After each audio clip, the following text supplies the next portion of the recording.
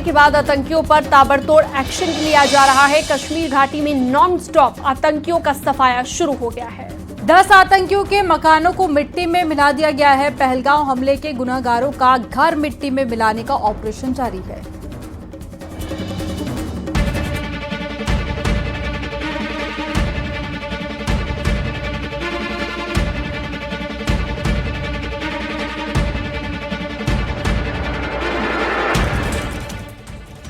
आतंकी आसिफ शेख का घर पुलवामा, आतंकी आदिल गुरी का घर अनंतनाग, आतंकी एहसान शेख का घर पुलवामा, आतंकी शाहिद अहमद कुट्टे का घर शोपिया, आतंकी जाकिर अहमद का घर कुलगाम, आतंकी फारूक अहमद तिड़वा का घर कुपवाड़ा, आतंकी अदनान शफी का घर शोपिया। जम्मू कश्मीर के पहलगाम में हुए आतंकी हमले के बाद से ही सुरक्षा बल के जवान फुल एक्शन में हैं। कश्मीर घाटी में नॉन स्टॉप आतंकियों का सफाया शुरू हो गया है। बड़ी खबर यह है कि सुरक्षा बलों के जवानों ने बांदीपोरा में जमील अहमद नाम के आतंकी के घर को ब्लास्ट करके ध्वस्त कर दिया है।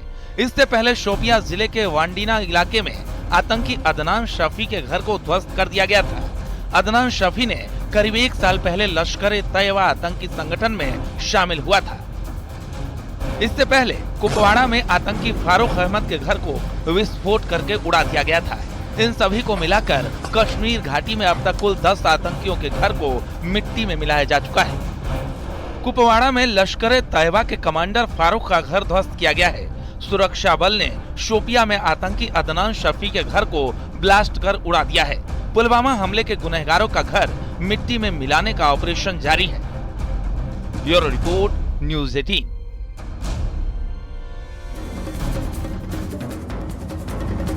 आतंकियों के मददगारों पर ताबड़तोड़ छापेमारी जारी है। श्रीनगर में 64 ठिकानों पर कार्रवाई की गई है। एनआईए ने पहलगाम आतंकी हमले की जांच अपने हाथों में ले ली है। गृह मंत्रालय के आदेश के बाद एनआईए अब एक्शन में आ गई है और एनआईए की टीम पहले से ही पहलगाम में मौजूद है। देखिए,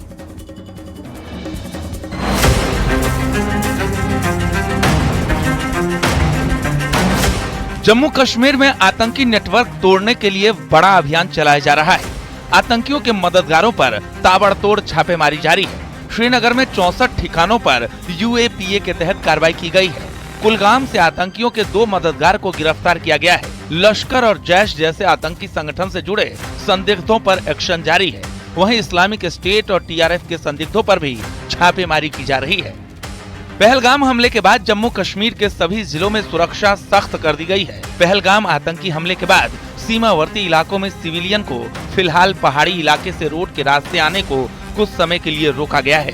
कुपवाड़ा में मौजूद है, एलओसी के पास मौजूद है और यहाँ पर देखिए किस तरीके से जो बीएसएफ के जवान हैं उनकी तैनाती यहाँ पर है। कुल मिलाकर अभी जो सिविलियंस हैं उनको आवाजाही के मुख्य आवाजाही के रास्ते में उनको आने नहीं दिया जा रहा है और इसी तरीके से कुछ कुछ दूरी पर चाहे भारतीय सेना के लोग हैं या फिर बीएसएफ के लोग हैं या फिर सीआरपीएफ के लोग हैं, उनकी यहाँ पर तैनाती की गई है। एनआईए ने पहलगाम आतंकी हमले की जांच अपने हाथों में ले ली है।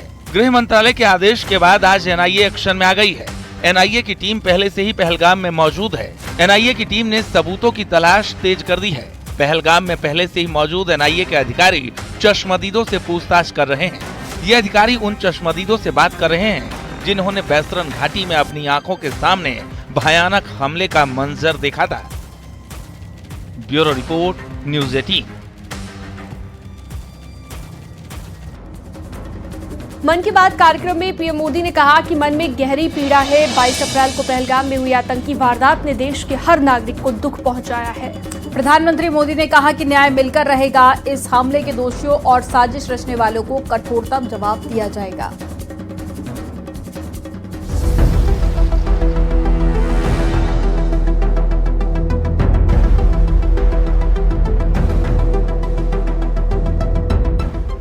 पीएम मोदी ने मन की बात कार्यक्रम में पहलगाम हमले को लेकर आतंकवादियों को कड़ी चेतावनी दी। पीएम मोदी ने कहा कि पीड़ितों को न्याय मिलकर रहेगा, एक भी आतंकी बख्शा नहीं जाएगा। पूरी दुनिया आतंक के खिलाफ एकजुट है। 22 अप्रैल को पहलगाम में हुई आतंकी वारदात ने देश के हर नागरिक को दुख पहुंचाया है। पीड़ित परिवारों के प्रति हर भारतीय के मन में गहरी संवेदना है। मुझे एहसास है हर भारतीय का खून आतंकी हमले की तस्वीरों को देखकर खौल रहा है। पहलगाम में हुआ ये हमला आतंक के सरपरस्तों की हताशा को दिखाता है, उनकी कायरता को दिखाता है। आतंकी और आतंक के आका चाहते हैं कश्मीर फिर से तबाह हो जाए और इसलिए इतनी बड़ी साजिश को अंजाम दिया। आतंकवाद के खिलाफ इस युद्ध में देश की एकता, 140 करोड़ भारतीयों की एकजुटता हमारी सबसे बड़ी ताकत है। यही एकता आतंकवाद के खिलाफ हमारी निर्णायक लड़ाई का आधार है। पीएम मोदी ने मन की बात में कहा कि वो पीड़ित परिवारों को फिर से भरोसा दिलाते हैं कि उन्हें न्याय जरूर मिलेगा। इस हमले के दोषियों और साजिश रचने वालों को कठोरतम जवाब दिया जाएगा। Bureau report, news 18।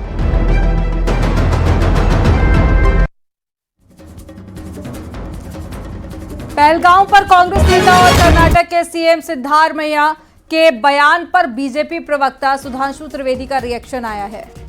Sudhanshu Trivedi ने कहा है कि कुछ कांग्रेस नेता पाकिस्तान के मंत्रियों की भाषा बोल रहे हैं।